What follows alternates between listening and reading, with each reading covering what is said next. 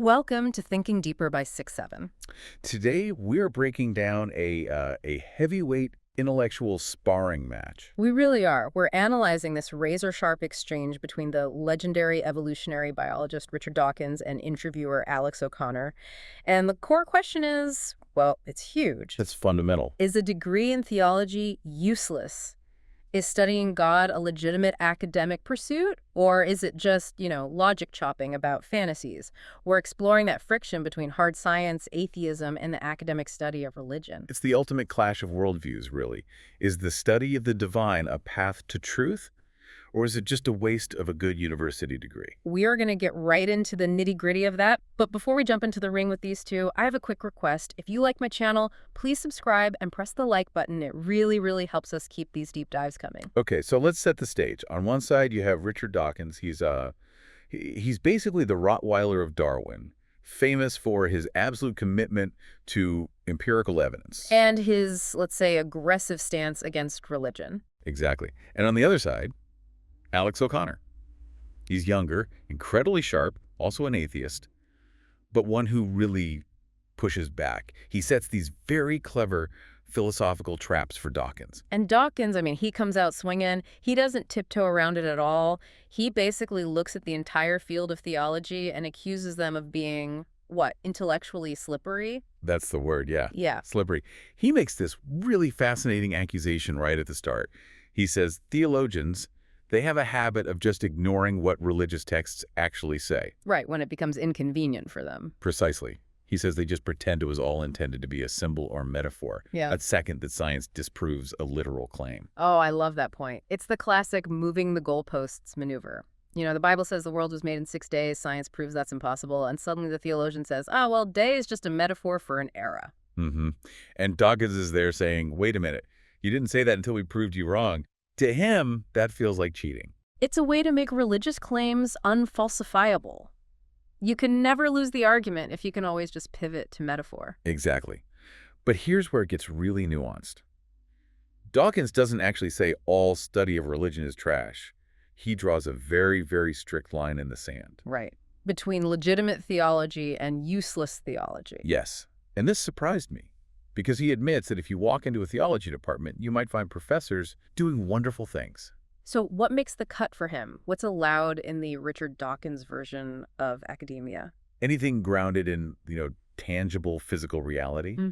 He explicitly mentions things like translating the Dead Sea Scrolls. Okay, so that's basically linguistic archaeology. You've got a physical scroll, real ink, ancient Hebrew. You're decoding a real object. Precisely. Or biblical history, figuring out which king ruled when or who might have actually written the Gospel of Mark. And crucially, he mentions anthropology. Studying people as a tribe. Yes. So if you're studying the people who believe in God, that's science, that's sociology, that's history. That passes the Dawkins test. Because people are real. Their beliefs, whether they're true or false, they're real psychological events you can actually measure. But then we get to the dark side. The stuff he says is not a subject. This is where he uses that biting phrase, logic chopping. And this is where he attacks the study of the nature of God itself. Yes. He brings up examples like the endless debates over the Trinity or transubstantiation. Let's pause on transubstantiation for a second, because it is a perfect example of what he means. It really is. For anyone who isn't familiar, this is the Catholic doctrine that during Mass, the bread and wine literally in their substance become the body and blood of Jesus. Right. Even though they still look, smell, and taste exactly like bread and wine. And theologians have written entire libraries of books explaining the metaphysics of how this happens. They use all this Aristotelian logic, substance versus accidents. It's incredibly complex, high-level intellectual work. But Dawkins looks at all of that and he just sees a game of Dungeons and Dragons. He sees them arguing over the rules of a universe that doesn't exist. Exactly. It's like if I spent 10 years writing a PhD thesis on the aerodynamics of a dragon's wing. I could be incredibly logical. I could use advanced physics calculations. Your internal logic could be flawless. Flawless. But at the end of the day, there are no dragons. There are no dragons. So Dawkins asks, what are you actually studying? You're logic chopping. You're slicing up concepts that have no reference in the real world. You are becoming an expert in nothing. And that's the aha moment for me. The whole distinction is that legitimate theology studies culture and history, while useless theology tries to study God as if God were a factual reality you can analyze. Study the believer, you're a scientist. Study the God they believe in, you're a fantasy writer. And that distinction is everything to a scientist like Dawkins. But this is where Alex O'Connor is just brilliant. He doesn't just nod along. He spots this huge philosophical hole in Dawkins' logic, and he just drives a truck right through it. He does. It's a fantastic maneuver. He brings up the concept of moral truth. This part of the exchange made me sit right up. O'Connor basically says, okay, Richard, you say theology is useless because it deals with non-physical things. Fine, you can't put God in a test tube, but what about moral philosophy? Right. He brings up Sam Harris, another famous atheist, who tried to find a scientific basis for morality. So O'Connor asks, is the statement, murder is wrong, a true statement? It's a trap, because you can't touch justice. You can't put evil under a microscope. So if Dawkins says only physical things are real subjects, he has to throw out all of ethics and morality right along with theology. And you can almost hear Dawkins hesitate. It's one of the few times he seems to stumble a bit. He knows he can't say ethics are useless, but he also can't say that they're scientifically true. So how does he get out of it? He basically walls off the word truth. He says something like, I would prefer not to use the word truth where morals are concerned. Science deals in real-world true, objective facts. But morals, that's something else. That is a huge admission. He's basically saying that it is wrong to torture a child is not true in the same way that water is H2O is true. Yes. For him, scientific truth is the gold standard. It's objective. Moral truth is, well, it's constructed. It might be a very strong preference we have. Maybe it's necessary for society.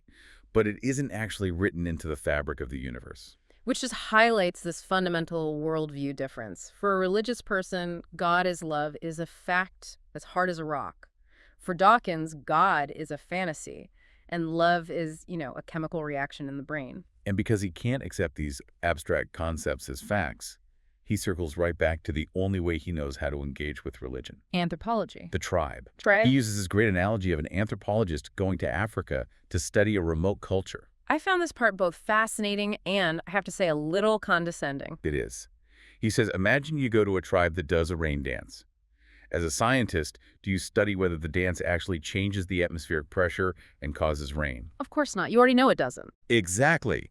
You study why the tribe thinks it does. You study the ritual itself, the costumes, the social bonding that happens during the dance. You treat the rain summoning part as a delusion, but the dancing is a fascinating human behavior. And Dawkins applies that exact same lens to the Pope, the Vatican, and 2,000 years of Christian theology. He absolutely does. He says studying Roman Catholic beliefs is perfectly legitimate. Yeah. But only if you study Catholics as if they were that tribe. That is a burn. He's taking one of the most intellectually dominant forces in Western history and just reducing it to a sociological curiosity. It's like he's looking at the Summa Theologica and saying, oh, look at the interesting rain dance these humans are doing. It just reduces the entire religion to a cultural artifact.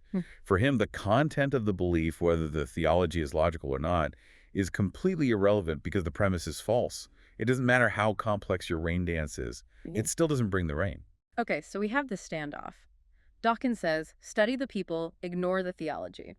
But O'Connor tries one last angle. And I think this is the most practical argument for studying theology, even for an atheist. The know your enemy argument. Exactly. He shifts the ground from, is it true, to, is it useful for winning arguments? It's a strategic argument. He paints this scenario that I think anyone who's argued online will recognize.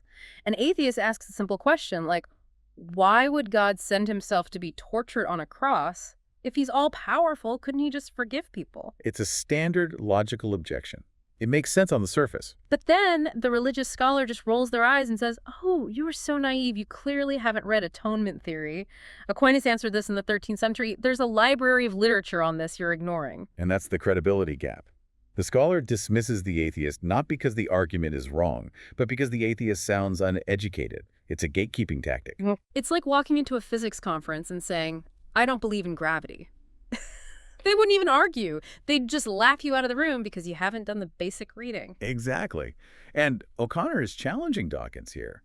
He's asking, Richard, if you want to debunk this stuff, don't you need to understand its internal logic? Don't you need to read the theologies so you don't get laughed out of the room? And for a moment, Dawkins actually concedes. He admits it's a fair point. He does. He sees that his refusal to engage with a logic chopping creates a strategic weakness for him. It makes him look like he hasn't done his homework. It's a real moment of vulnerability. He admits that ignoring the literature puts him at a disadvantage, but, and this is a massive but, he immediately pivots right back. He still refuses to do it. And his reason for refusing is fascinating. He doubles down with what you could call the Aboriginal comparison. Ah, this was so sharp. He asks, why should I bother to read Christian theology any more than Australian Aboriginal theology? That is such a powerful rhetorical move. He's challenging the special privilege we automatically give to Christianity just because it's the dominant religion in the West. He's saying, look, there are thousands of religions, thousands of creation myths. I don't have time to become an expert in all of them. Right. They're all equally untrue to me, he's implying. So why should I spend 10 years studying the intricate details of the Christian rain dance just because I happen to live in a Christian country? Why not study the Norse gods or the Hindu pantheon? He's refusing to grade Christianity on a curve. He's stripping away its special status. And then he delivers the line that I think just sums up his entire life's philosophy. He says bluntly, I've got better things to do. I do science. I do science. Yeah. It's a statement of identity. It's about opportunity cost. Every hour he spends reading about the Trinity is an hour he isn't spending on evolutionary biology. It's an hour he isn't spending on what he considers to be reality. It's interesting, though, because O'Connor's point is that Dawkins does talk about Christian theology. He wrote whole books attacking it. So O'Connor is kind of saying, if you're going to attack it, maybe you should study it first. And that's the core tension, isn't it? He engages with it because he feels he has to, because it attacks science. But he resents having to treat it as an intellectual equal. So let's zoom out. What does this all mean for us, for you listening?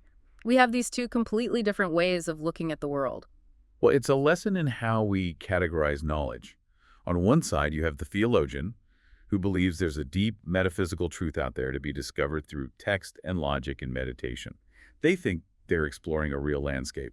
And on the other side, you have the scientist, or at least Dawkins, who says, if I can't measure it or study the people who believe it, it isn't knowledge, it's just fan fiction. And that creates this massive communication breakdown.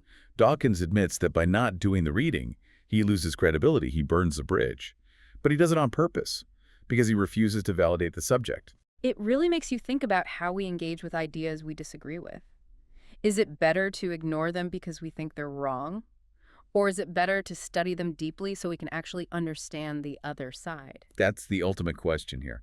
Dawkins chooses truth, his version of scientific truth over engagement. He'd rather be right about the science than be well-versed in the theology. You have to speak the language of the tribe if you want to talk to the tribe. Exactly. If you just stand outside and mock the rain dance, the tribe is never going to listen to your weather report. Man, that is so much to chew on. We've gone from the Dead Sea Scrolls to the nature of truth itself. It's a powerful reminder that the definition of what is true is still the biggest argument we have as a species. Absolutely. So here's a provocative final thought for you to take with you today. We talked about Dawkins refusing to study theology because he thinks the premise is false. But apply that to your own life.